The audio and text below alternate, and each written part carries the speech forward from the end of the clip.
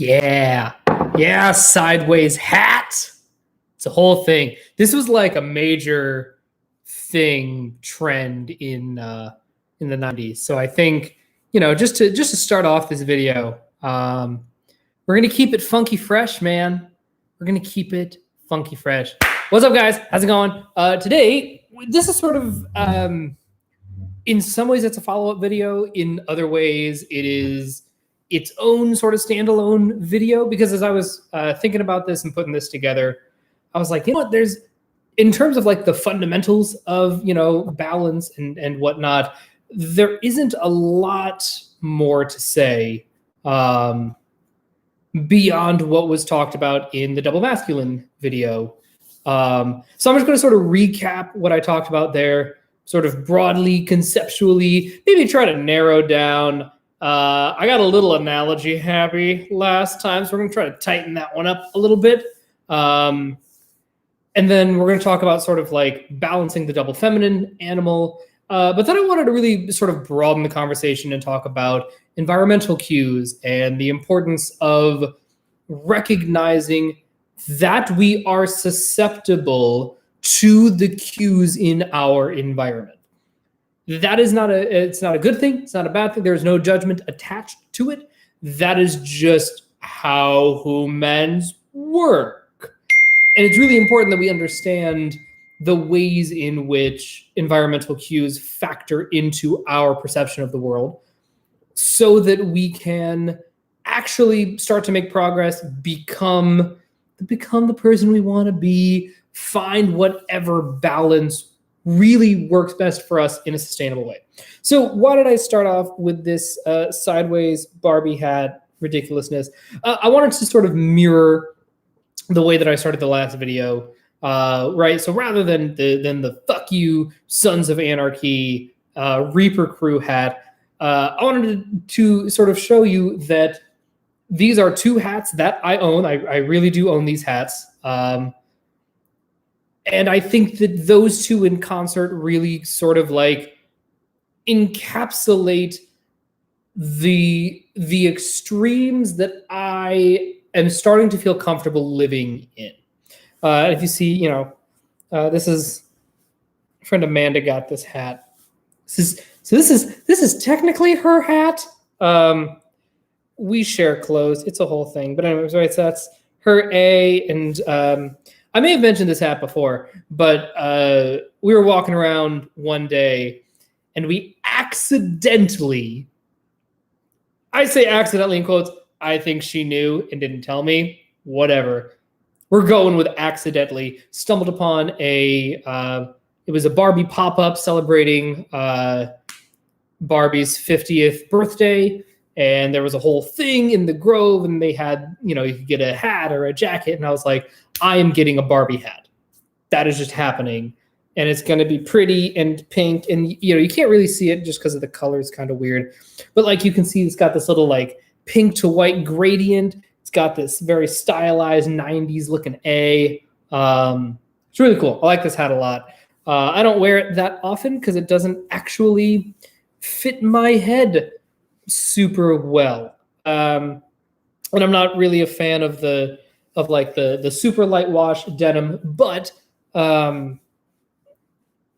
as like so I don't love it as like a piece of clothing. But I'll wear it from time to time depending on the vibe, on the mood. Right. So, oh God, I think we're just gonna ditch the hat for the rest of the video. But yeah, because this is preferable to that monstrosity of a contrast with this. No, I'm not going to subject you to that.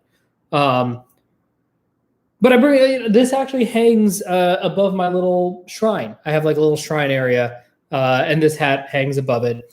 And the reason I like that hat, and the reason I'm using it as such a concrete sensory example, is that one of the things that I have become really attuned to in my own life is that the stuff that I like to consume and talk about isn't very middle of the road.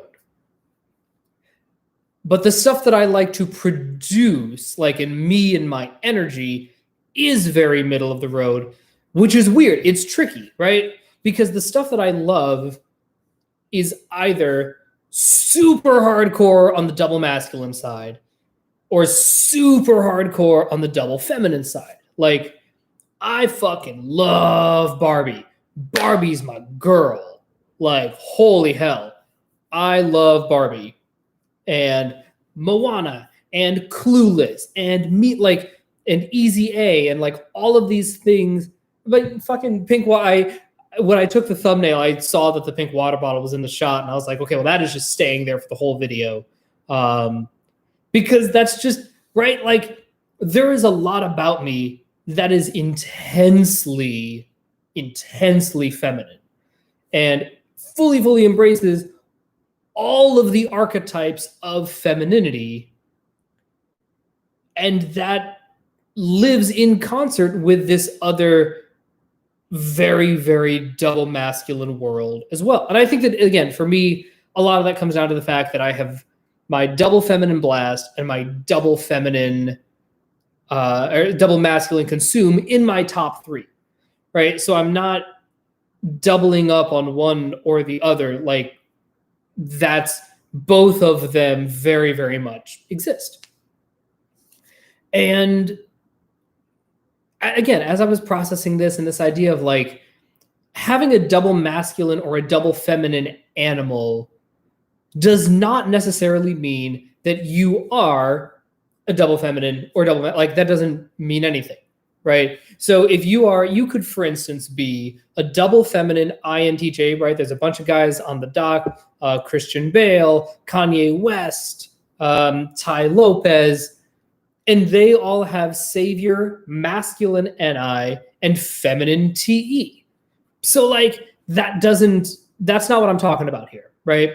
I'm talking specifically about attaching, right? When you talk about a double masculine or a double feminine animal, we're talking about a feminine decider and a feminine observer making an animal, and then so that animal for you is a double feminine animal. So like my blast, for instance, is double feminine blast because it is feminine NI and feminine TE.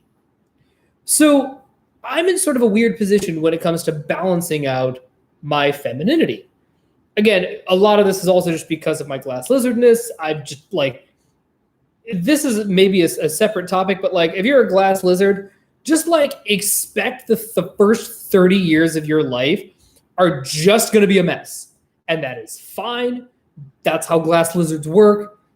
In looking at the doc, like I don't think I have seen any glass lizard do really much of note before age 30. Some little stuff here and there. I would say that, someone like, actually, that's a lie. That's a lie. Anna Kendrick did very well for her. So she's a glass lizard. She's an IP glass lizard with a lot of play energy. She got nominated for an Oscar in her early 20s. So, like, she is an exception. But by and large, like, a lot of the glass lizards just haven't, and I guess Christian Bale, but again, like, he crashed really hard. Like, he really had some mega tidal wave issues with like he just a lot of issues with that guy. But when you are a glass lizard, you're just gonna be a little slower on the uptake, and that is fine. But again, that's a separate video. But in talking about like for me balancing out my double feminine blast, for me, that comes down to like, it isn't just turning down my blast and consuming more. That is certainly a component of it. Again, this is for me specifically with my specific wiring, whatever. This is not applicable to everybody necessarily. It isn't just a matter of like, well, I have double feminine blast, so I need to consume more. It's, okay, so if I need to turn down the blast, I need to consume more.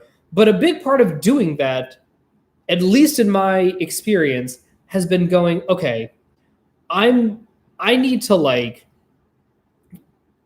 actively embrace these archetypes of masculinity that I had been ignoring and that hadn't been something that I wanted to integrate into my personality, into my psyche, into my wardrobe, into my environment. Speaking of environment, I'm going to go turn the air conditioner off because it was distracting me. And really what I want to talk about in this video when we're talking about environmental factors and how that plays into balancing out whether it's your saviors and your demons, your double masculine animal versus your double feminine animal, right? Your environment affects you. So today, I went to the gym because I fucking love to bro out at the gym. I'm like starting to get back into that. Obviously for 3 months, couldn't go to the gym. And weirdly, I didn't gain any weight. I don't know how the fuck that happened. I gained 0 pounds during the 3 months when we were in lockdown pandemic. Like, I don't know how the fuck that happened. But boy, oh boy, did I notice that muscle mass was not what it used to be. And it's been taking me a little bit to get back into the gym, right? I think I've gone, so it opened up about 2 weeks ago. I think I've maybe been 4 or 5 times. Again, just easing back into it. But it made me really aware of why I've always needed to go to the gym. Like I had a couple of the little arm, resistance band, whatever the fuck things.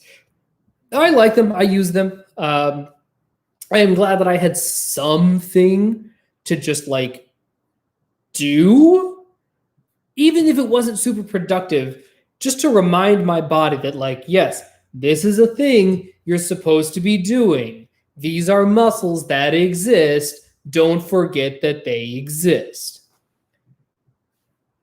But I realized why the gym has always been so important to me. Not always, but why when I've gone to the gym and really committed to the gym that I have been really productive.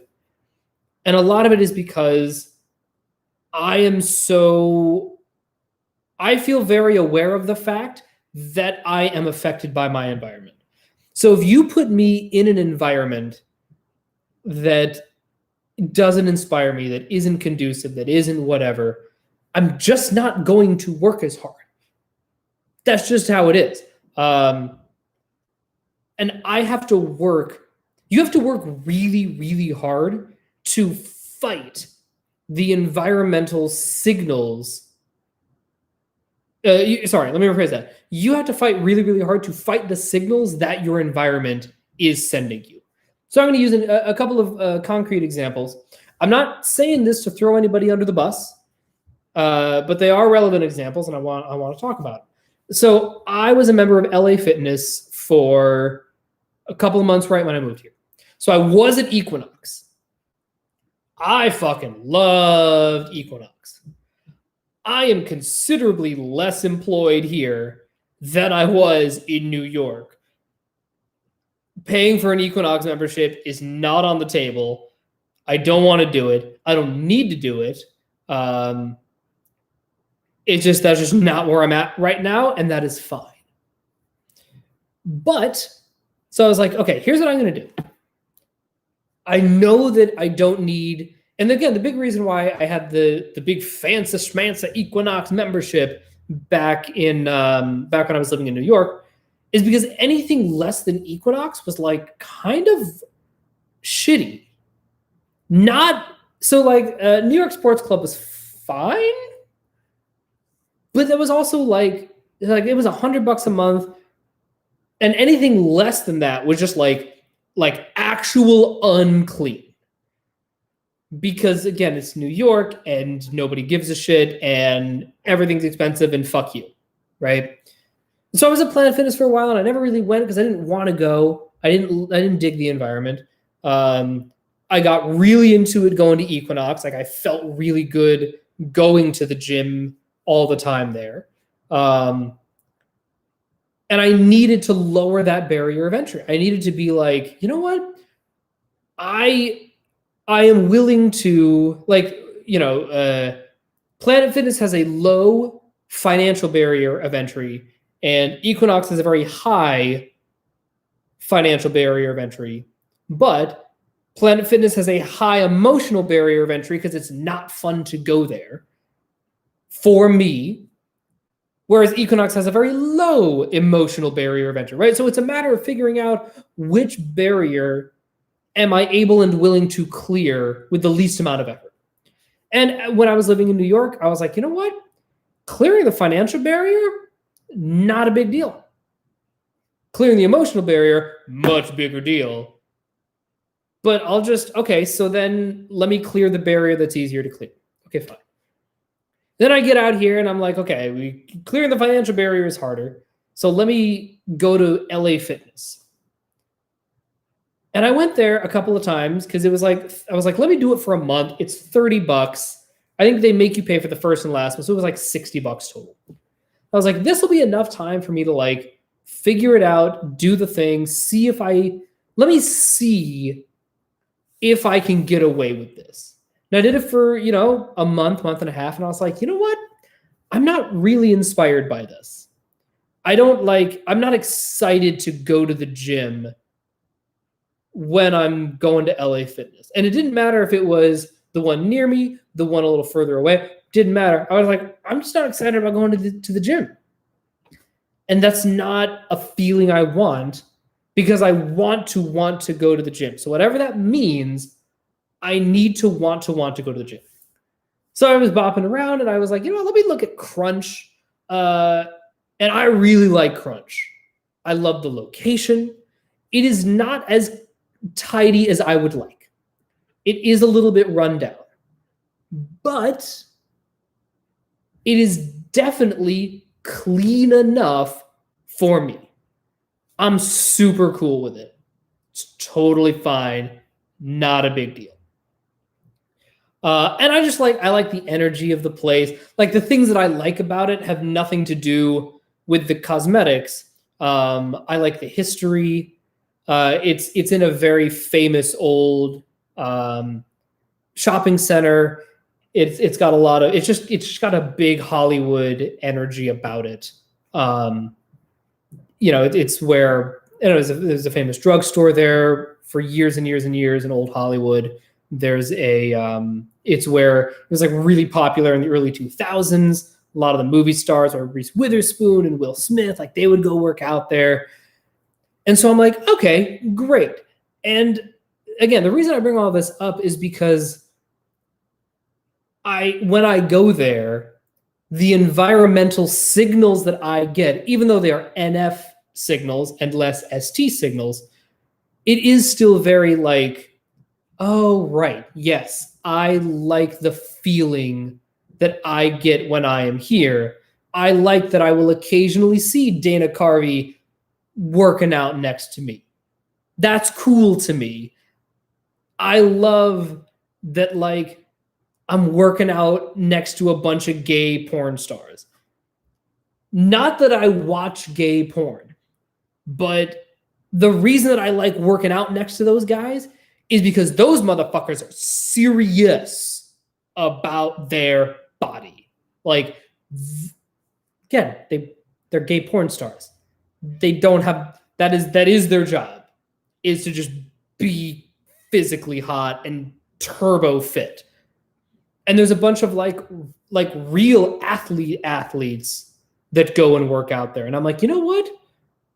If this place is good enough for these guys, clearly there is something right about the energy here. And I don't know, I dig it.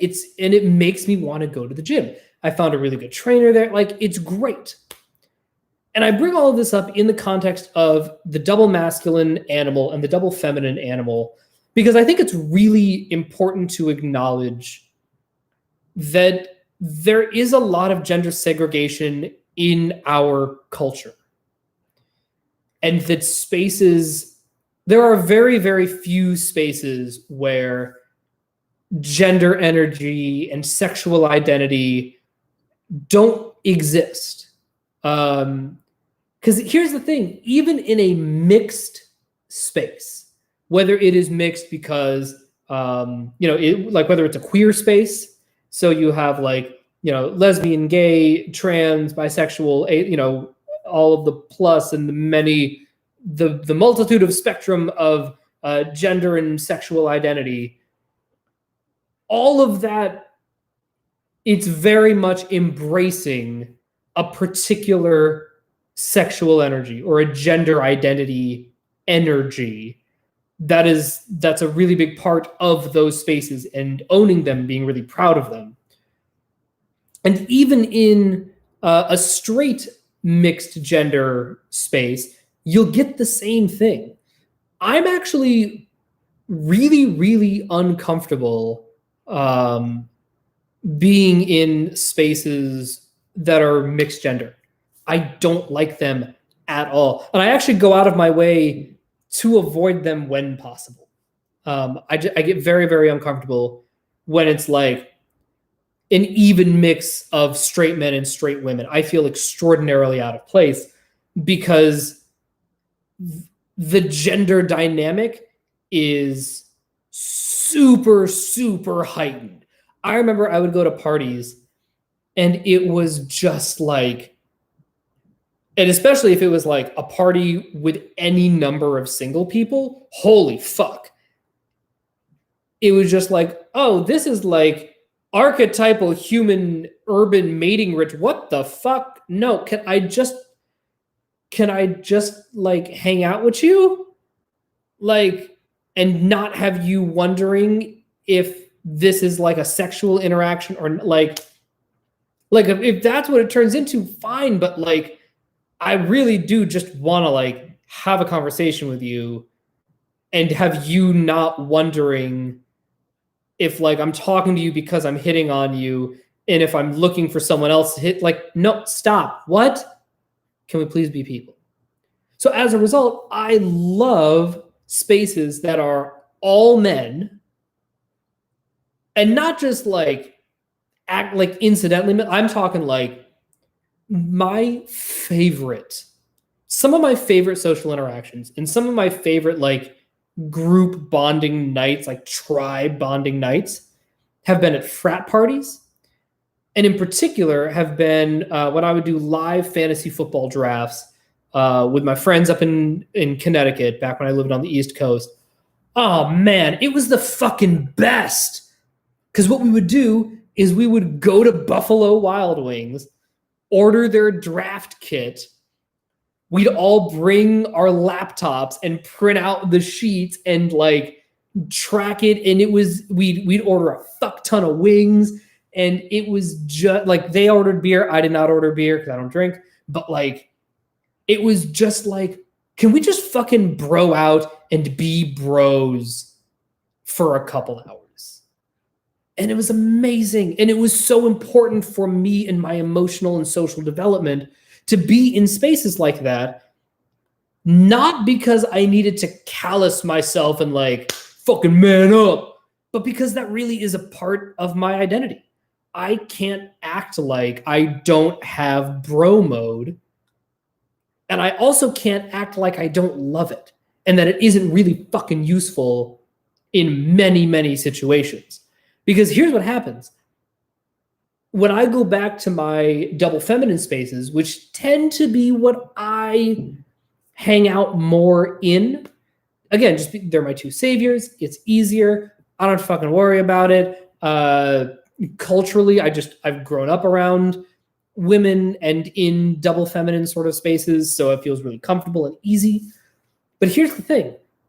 The more time I spend in double masculine land, the more effective I am in double feminine land. Because here's what happens.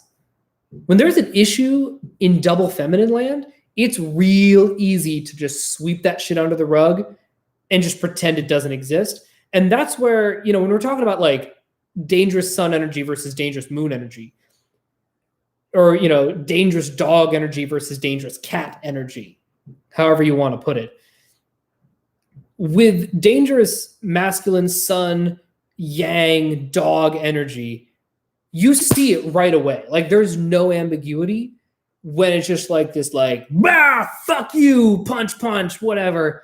And it's like, I'm sorry, man. Like I'm sorry. I shouldn't have yelled at you like that. That was, you know what? Next beer is, let me buy you a beer. That was inappropriate. I'm just, dealing with a lot of shit right now. And he's like, it's cool, man. Appreciate the beer. Yeah, it's all good, man. Whatever. Don't worry about it. Right? That's sort of the double masculine side. The double feminine side, and I've talked to a lot of friends who have experienced this, and I've experienced this myself, where it's like, little thing happens. Oh, it's no big deal. Little thing happens. It's no big deal. Whatever. That's just how it is. That's just how it is. And then eventually, like if nobody fucking says anything, eventually this tidal wave of resentment builds up. It's like, you know what? I fucking hate you, and I've hated you for years, and I've hated every time you did that, and I didn't say anything. You're like, whoa, holy shit. And it just fucking comes out of nowhere, and you're like, if you had told me at any point that you didn't like it when I clean my ears and don't flush the Q or whatever the fuck, if you told me that you don't like it when I don't screw on the toothpaste, or if I don't vacuum, like, if you just told me this, I could have maybe done something. And then if I didn't do it, now you can fucking blow up at me. But like, if you don't tell me where a boundary is, I don't know if I'm crossing it or not. And I'm also not going to walk on eggshells around you, because that's not how that's not how I'm going to live in a relationship. Always walking as, no, I don't accept this. So that's the danger, right? And so one of the reasons that I've been so effective in these double feminine spaces and why I like them so much is precisely because of the contrast that I bring to it because of the time I spend in my double masculine space. I can come in, and when somebody's like, oh, I mean, it's fine. I can take care of it later. Don't worry about it. I can be like, no. If there's something you want me to do, I want you to tell me what to do. Because I'm just trying to make your life easier. If I fucked up, please tell me I fucked up. And if you want me to do something differently, I am happy to do it. You just got to tell me. And then oftentimes, then again, if at that point they're like, no, I got it. Then I can push and be like, okay, hang on, stop. No, you're not going to play the guilt trip thing. We're not going to play the resentment game. Clearly something is on your mind. I want you to tell me what's on your mind. Because I don't want to have this fight when it's bigger. Clearly there's something I'm doing that's upsetting you. And they're like, okay, look,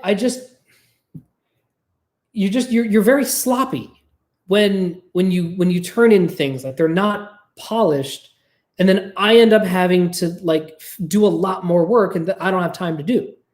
I'm like, oh, fair enough. I will absolutely make an effort in the future to tighten up my writing, to make it so that you don't have to do my job for me. I appreciate you letting me know. Boom! Fucking done. That is a 30-second conversation that honestly isn't even that big a deal. Like, it's not like, listen, when you talk about getting wine drunk during brunch, that's just really hard for me because I'm an alcoholic, and it makes me feel excluded, not only from the office culture, but also from society at large. Like, that's not even what we're talking about. I'm talking about, hey, can you like do any amount of proofreading? And I can be like, yeah, okay, fair enough. I will tighten that up for you. You got it. Give me half an hour. I will have it on your desk before 1 o'clock. No worries. Right?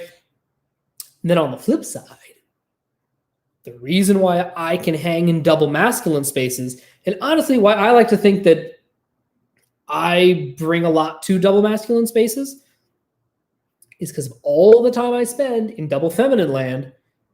Because in a double masculine space, it's like, oh, we got a little grain of sand. We're getting a little chippy.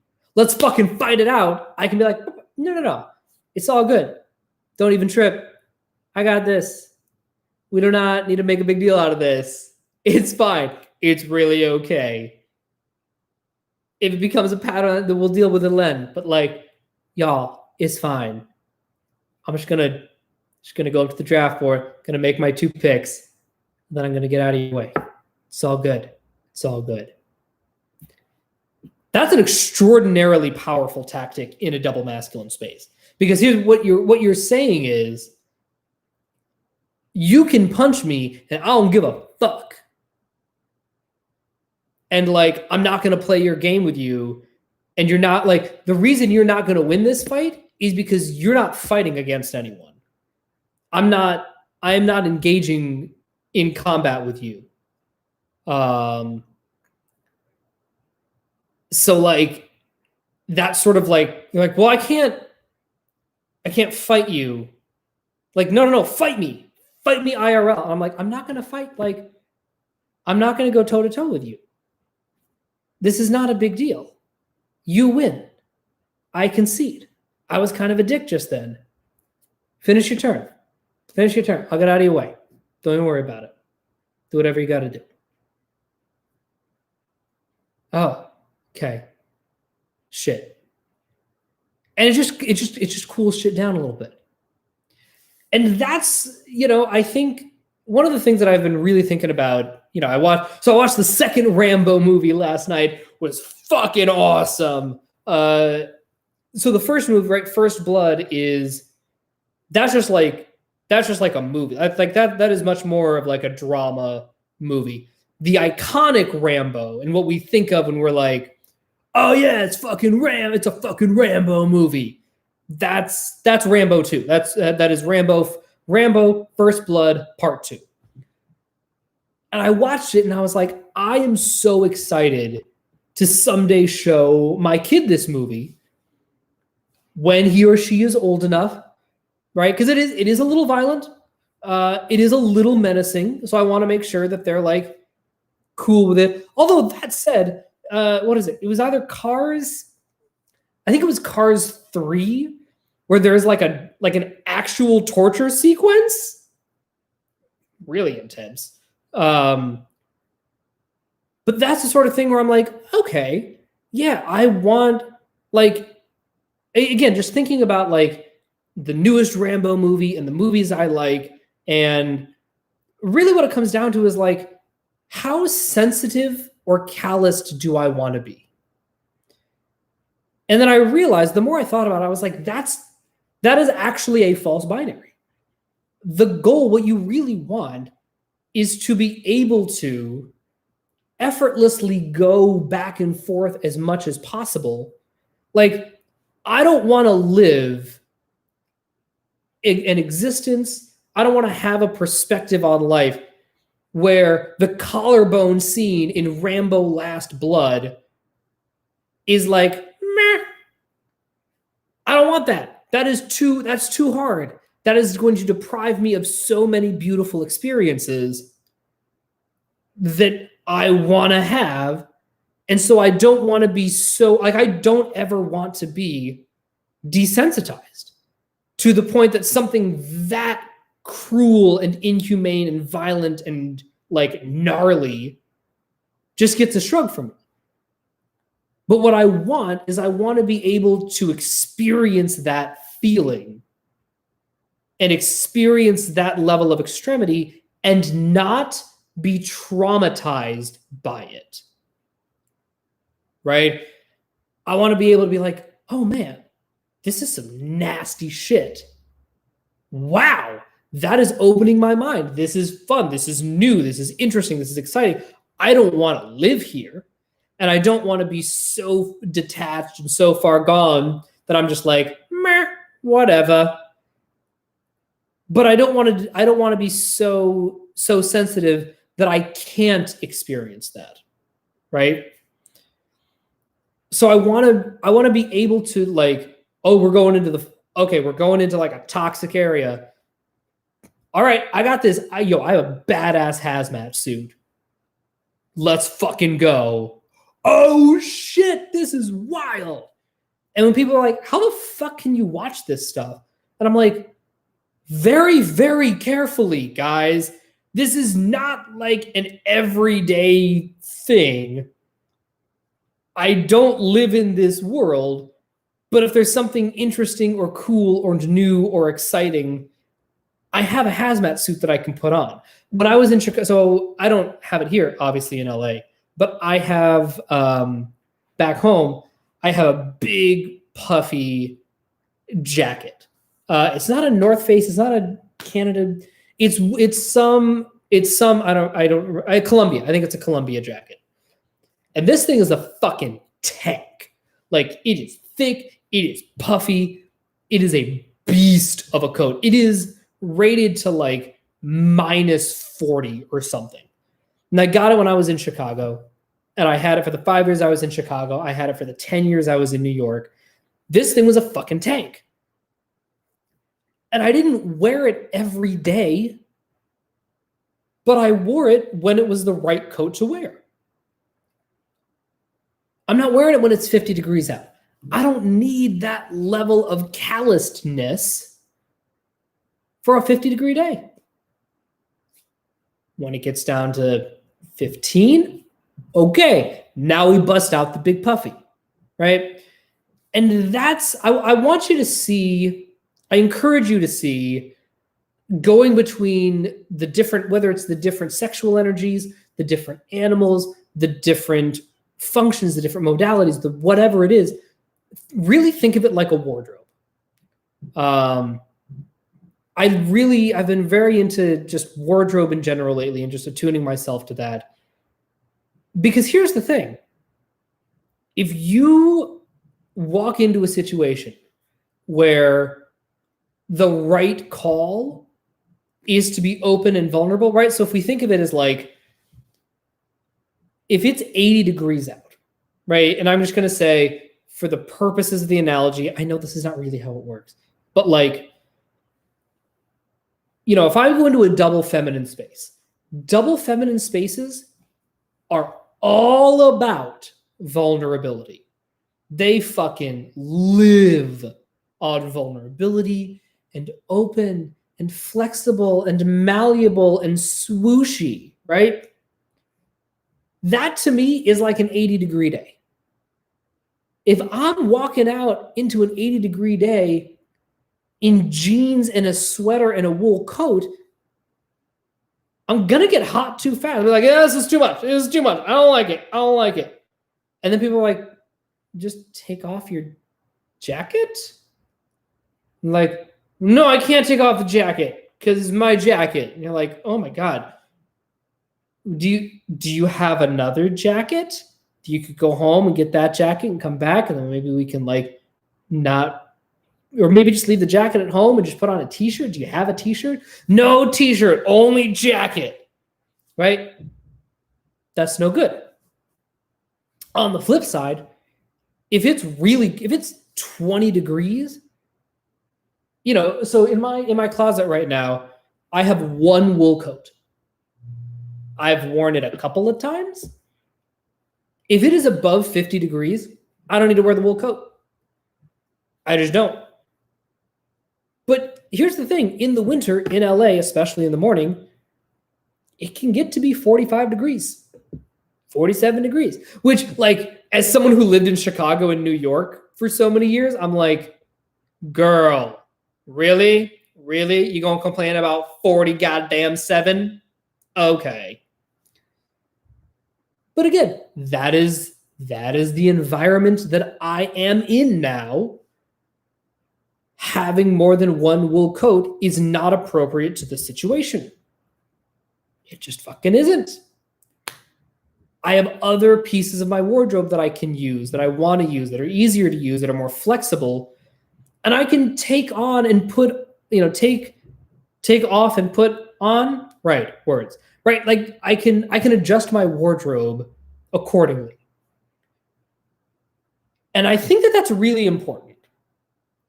Because I think it's important to recognize that in the world, in the universe, there is a lot of masculine energy and there is a lot of feminine energy. And however you choose to navigate that, however is most productive for you to navigate that, that's great. Whatever that, like for me, that really means like spending time in these fairly extreme situations so that I can live in the middle and really be able to like flex into whatever role or trope or archetype or energy or sexual modality or function or animal suits the situation. And I could do a whole other video, and maybe I will, about talking about the weather and using the weather as sort of an analogy for, hey, what does this situation really require? Is this situation demanding double masculine energy right now? Right? Regardless of whether or not I'm comfortable with it, is this demanding that of me right now? And maybe you'll get it right, maybe you'll get it wrong, but it's important to learn how to check it. And it's important to be like, you know what? I lived in this double feminine world for so long, and I would, go to this double masculine world and learn what I could from there. And then I'd come back and they would be like, I'm sorry, get your toxic masculinity bullshit out of here. And I'd be like, oh, no. Sorry, you misunderstand. I'm not bringing the toxicity part of the double masculine world. I left the toxic part over there. I'm just bringing I panned for gold. So you just got to dry it off. And then you have the double masculine gold over there. They're like, nope, all gold is terrible. And I'm like, no, that's not what we're talking about. God damn it. And it got to the point where I was like, I can't be in these double feminine spaces because that doesn't let me honor who I am any amount of the time. I can dip in there, do a thing, and then get out, but I can't live there. And same with the double masculine side. That shit can get real toxic really, really fast. And I don't want a part of that. So I'll go in, I'll dip in, I'll learn what I can, and I'll come back to the middle because that's what works for me. But the important thing, the thing that I want to continue to do and that I hope to continue to do for as long as I'm alive is get really comfortable snapping back and forth and reading the situation and being able to go, you know what? Yes, this is a double masculine environment. What does my double masculine energy look like? Great. I understand this. Is that right for the situation right now? Or do I need an MF? Do I need my double feminine? What is right for the situation? And to just sort of wrap it up with this, the importance of environmental cues. One thing that I've sort of been steering towards in my own home is I really like a lighter, feminine energy, swooshier kind of home.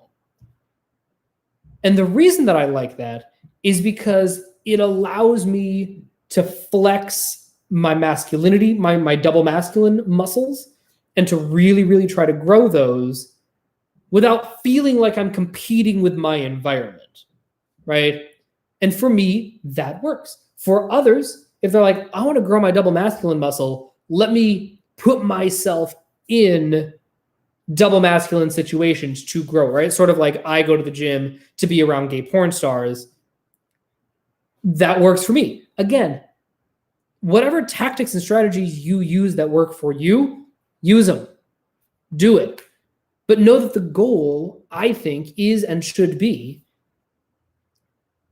feeling comfortable really across the sexual modality spectrum.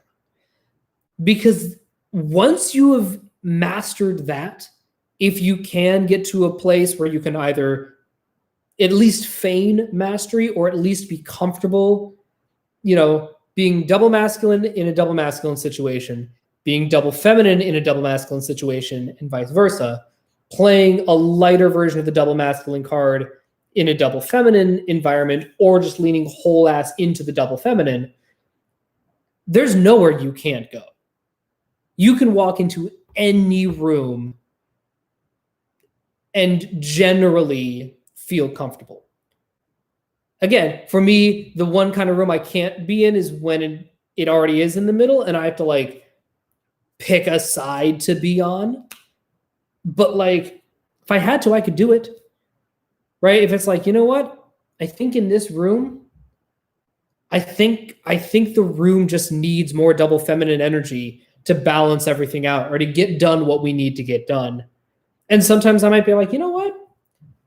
I know there's only like one other dude here, but like we just need as much masculine energy as possible. Yeah, we're doing it. We're doing it. That's just what the situation needs.